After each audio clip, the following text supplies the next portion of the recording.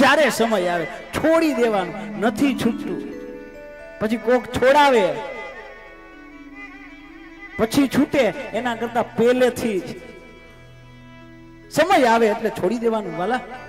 તો પદ પ્રતિષ્ઠા એ વ્યક્તિને છોડી દે છે, વ્યક્તિ પદને નથી છોડી શકતા. એટલે તો વિચાર કરો, જેટલાને પદ મળ્યું છે એ પદને નથી છોડી શકતા. પદ છૂટ્યા પછી આગળ ભૂતપૂર્વ લગાડે, ભૂતપૂર્વ.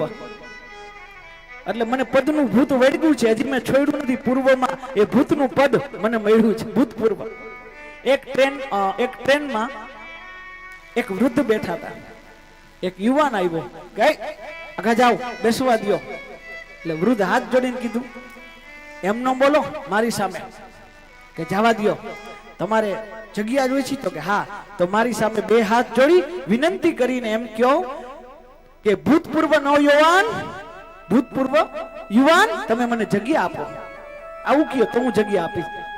ભૂતપૂર્વ યુવાન, એકય પદ નહોતું તો ભૂતપૂર્વ યુવાન, કે હું પૂર્વમાં યુવાન હતો, ભૂતપૂર્વ. જેને ભૂત લાગી જાય ને એ પદને ન છોડી શકે, અથવા પદમાં ઈ ભૂત છે ને કે જે વ્યક્તિનો છે, એટલે તો શબ્દ લગાડે ભૂતપૂર્વ. પદ વ્યક્તિને ન છોડે. હનુમાનજી રામજીને કહે કે તમે બહુ કૃપા કરી, તમે બધાએ એક એક પદ રાખ્યા.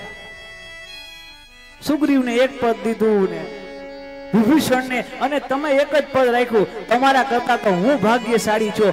આટલું બોલી હનુમાનજીએ રામના બે પગ પકડી લીધા. તમને બધે તો એક એક મળ્યા, મને તો બબે પદ મળ્યા. આ રામની પદના, રામના પગના બબે પદ પકડીને કીધું કે મને તો આ બે પગ મળ્યા છે, આ પદ મળ્યા છે. જેમને રામના પગના પદ મળી જાય પછી એને બીજા એકય પદની જરૂર નહીં. આહા. રામજી રડતા રડતા ભરતજીને કહે છે, આ દુનિયામાં એક હનુમાનજી છે કે જેને મને ઋણી રાખ્યા. હું એનો ઋણી છું, હું એનો ઋણ નથી ચૂકાવી શકતો. હું એક હનુમાનજી એવા છે. આખા જગતમાં આપણે ભગવાનના ઋણમાં હોય, આપણે જગતના ઋણમાંથી મુક્ત ન થઈ જાય. આપણા ઉપર, મનુષ્ય ઉપર કેટલા ઋણ છે? કમસે કમ 3 ઋણ તો છે જ. દરેક વ્યક્તિ જન્મે ને 3 ઋણમાં હોય.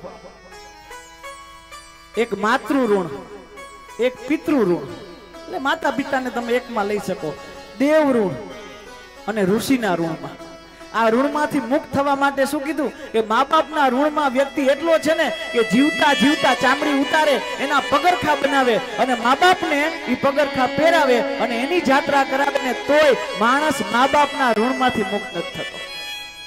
આ માણસ, મનુષ્ય દેવ ઋણ, પ્રતિષ્ઠા આટલે કરવાની, મંદિરોમાં આટલે જવાની, આપણે દેવના ઋણમાંથી મુક્ત થાય.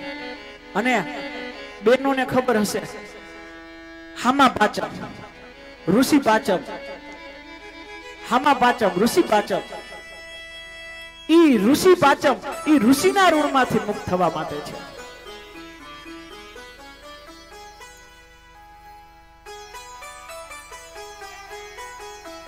તો એ ઋષિના ઋણમાંથી મુક્ત થવાનું છે.